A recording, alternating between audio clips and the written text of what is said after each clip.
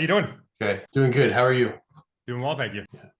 All right, well, I appreciate you doing this and for the feedback on the questions. Well, Andrew, to kick things off here, can you share a little bit more about yourself and your company?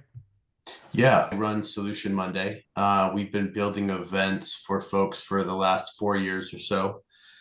We were really a birth during COVID, working in the technology space, specifically data and software. There was quite a panic when COVID hit. People were like, okay, how are we going to get our leads from conferences? So there was obviously the big pivot to virtual. I got pulled into consulting on a few events that spun up quickly, and just kind of felt like I had a method and a process for building and delivering events that was better for the attendee, better for the client, better for the vendor, better for the speakers.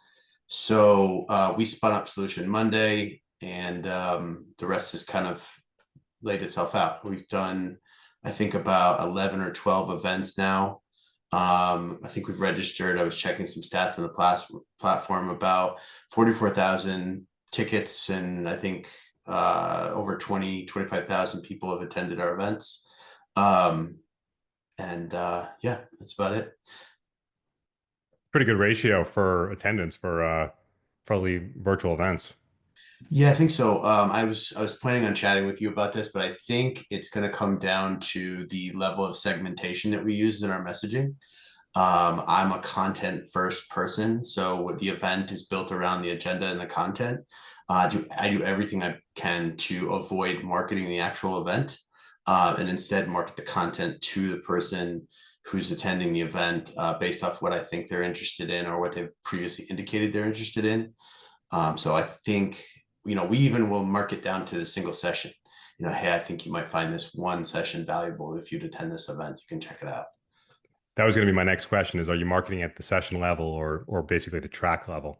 Yeah, I think for the at least the past 3.5 years since we got started, I don't think I've sent a single message out that just promoted the event in aggregate that didn't mention at least some sessions as the primary part of the message. You mentioned marketing content to what you believe people are interested in. How are you identifying what they express interest in? So primarily, we're doing that through two ways. So we're doing it through obviously basic stuff like job title, company size, and any other data that we can find on the folks that we may not know as much about.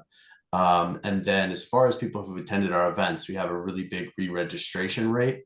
So, anytime again, this comes back to some stuff that I'd love to share, but I think that the looking at what sessions they've attended in the past, and if I can connect those to something on the current agenda, I can hopefully get that person interested in attending the event again.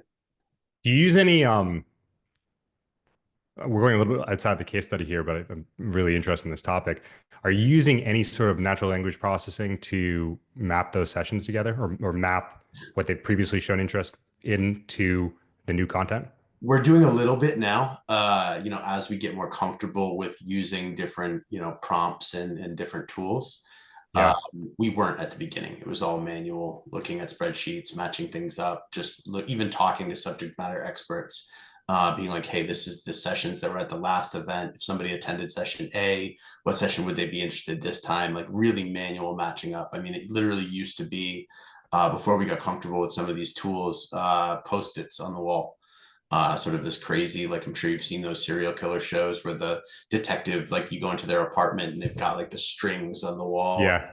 to the different parts of the case that they're investigating. Like that's what it was previously before we got more comfortable doing it with some of the more automated tools. I mean, it's funny that you use that as a reference because that's essentially what like a graph database is. Yeah, exactly. Yeah. I just don't have a lot of experience with using that myself. So it's been a learning curve. When you did start to look for event platforms, what was most important to you? And now that you've been working with Accelevents for 4+ years, why have you chosen to stick with us? So first and foremost, it's customer service. Our account rep has been the same account rep since the beginning, which I think is rare. Devin May is our account rep, and she's been fantastic. I think the only time she wasn't available to us and she let us know was for her own wedding. Um, I think that just to go a little bit off topic here, but I think we're all getting used to poorer and poorer customer service.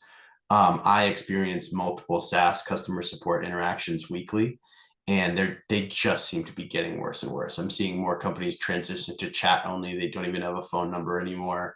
And then you're based on the kind of like where you're able to, how fast you're able to get support through chat. Um, your customer service team is amazing. We do a ton of pre-event work, just ripping through the platform. I have people that I hire to kind of come in and do testing, try to test every button they can. They go through every session, they watch every minute and stuff like that. I try to find everything that could go wrong with the event before it even goes live.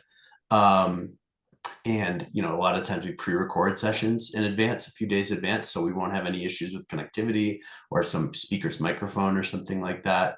I think the session that we did back in 2021 where this guy had two dogs fighting outside his window during his whole presentation was pretty much our last live session that we did, and they've all been pre-recorded since then.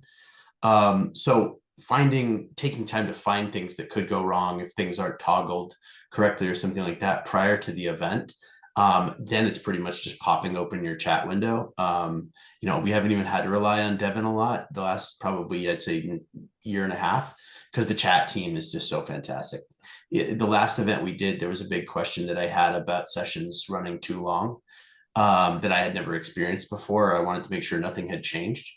And this woman, I forget her name, I'm sorry, I wanted to grab it before the conversation, but she set up an entire test event, ran short and long sessions just to be sure of the question that she was answering for us. And I have not seen customer service like that in other platforms, and certainly not lately with other SaaS companies. I really appreciate that. It's great to hear.